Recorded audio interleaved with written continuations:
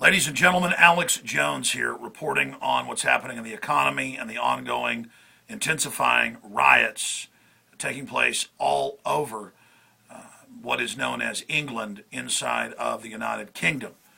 Now, number one, I've seen comments on Infowars.com, I've seen comments on my YouTube channel, and I've gotten emails, and it is the minority of comments, but still, I'd say 20-30% getting in my face telling me how dare I not come out and embrace the revolution happening in England. Well, let me say something right now.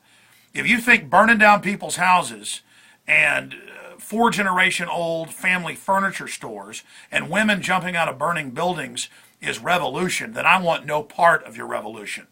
If you think revolution is confirmed carjackings where they set up barricades and pull people out of their cars and beat them up, which has been confirmed in the national news in England and from reporters that I trust, like reporter Patrick Henningsen in the video we posted as he was barricaded in a pub and watched thugs grabbing people out of cars. That's not a revolution. A revolution isn't burning down a Sony distribution center. If it was a physical revolution, they'd be going up against the Parliament. They'd be going up against the MI6 headquarters, the MI5 headquarters. They'd be going after royal palaces. And by the way, I'm not calling for a violent revolution, but if you were going to have one, that would be it.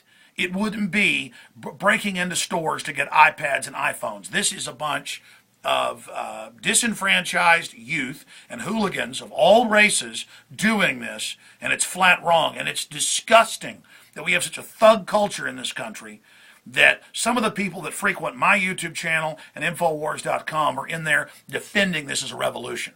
I told you the situation in Egypt against Hosni Mubarak, the 31-year Western dictator, was the West putting in even bigger thugs. I didn't support Mubarak, but I stated the facts. That's now confirmed.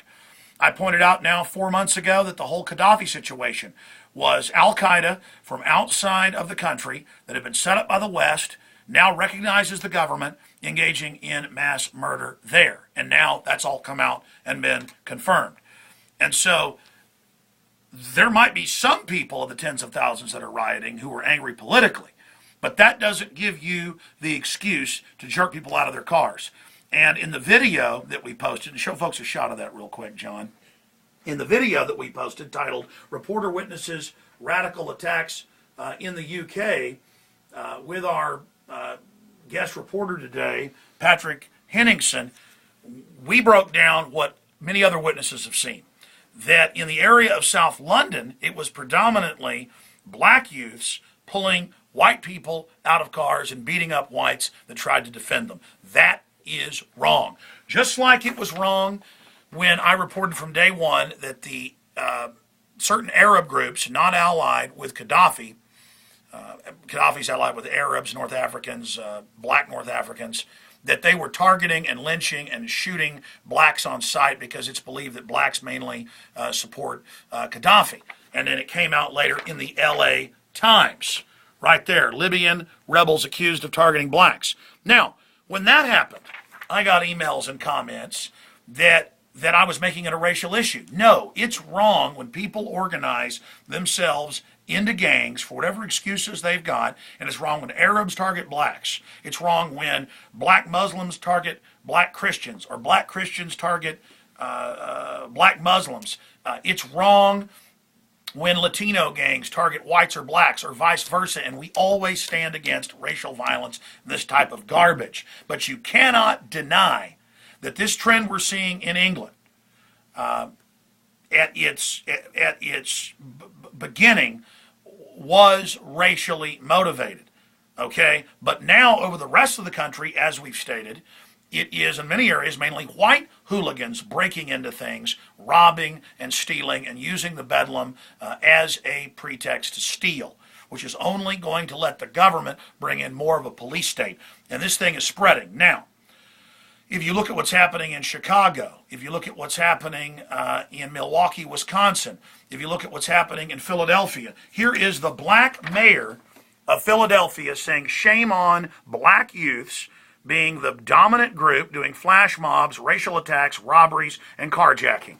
Listen, one of my employees who doesn't want to be named had two black males a few weeks ago at a red light run up and try to break into her car, and she had to pull out a .357 Magnum and brandish it.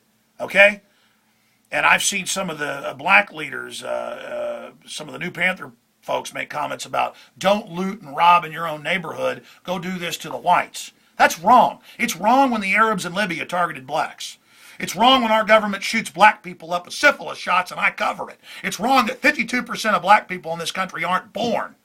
If I'm a racist and don't like black people, then I'd be up there pushing for abortion like all the fake white liberals. And I don't have any white guilt. You understand? I haven't done jack squat to anybody.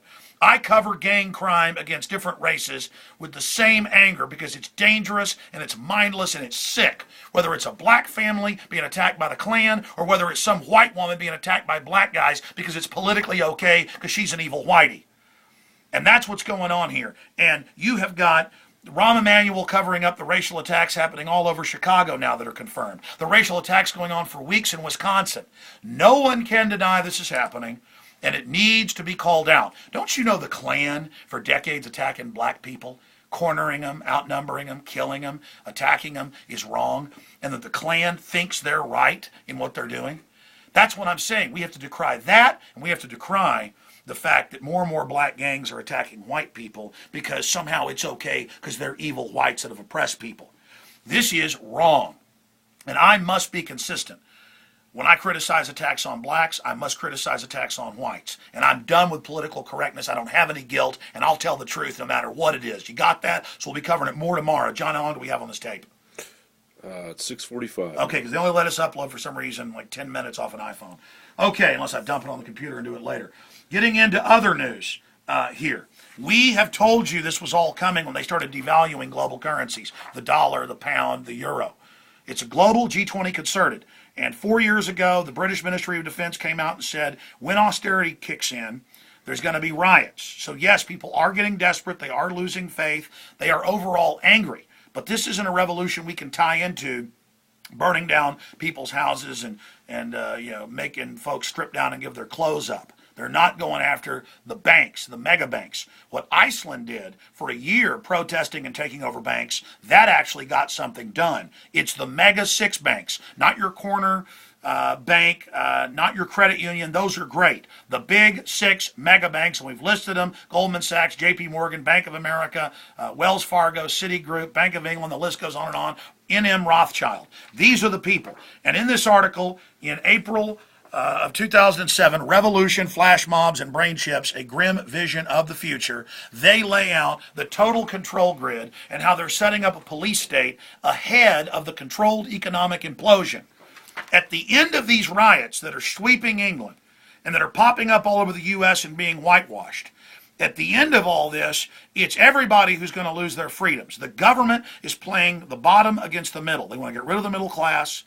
They are empowering this system. We got 45 plus million people on food stamps. You're still going to get your food stamps, your welfare, but it's going to be devalued. It's not going to have the buying power, and this is going to get worse. And just like in Katrina during a crisis, the military and police didn't come to help folks. They came into high and dry areas and went into wealthy homes and took people's guns. Remember that footage. Just type in gun confiscation Katrina. And this is what we have to look forward to. The bankers rob us in the implosion, consolidate power, then use the ensuing social chaos to take control. I don't want any part of what Al Gore talked about, an Arab Spring of the left here in America. They're the ones saying that patriots that understand the Federal Reserve is the problem are the ones that are terrorists and going to be violent. No, we're the constitutionalists that are aware of the Federal Reserve and the problem. And whether you're Asian, black, white, Russian, Chinese, Jewish, Mexican, I don't care. It's the global banking cartels that are the enemy. And it's us or them. It's their fractional reserve banking system. It's their 1.5 quadrillion in derivatives they've had our government sign on to. That's the issue. And I'm not calling for violence, but if you idiots want to go after something, it certainly isn't people driving around in their cars you should be attacking. It's disgusting. I'll see you live tomorrow on the radio, 11 a.m. Central.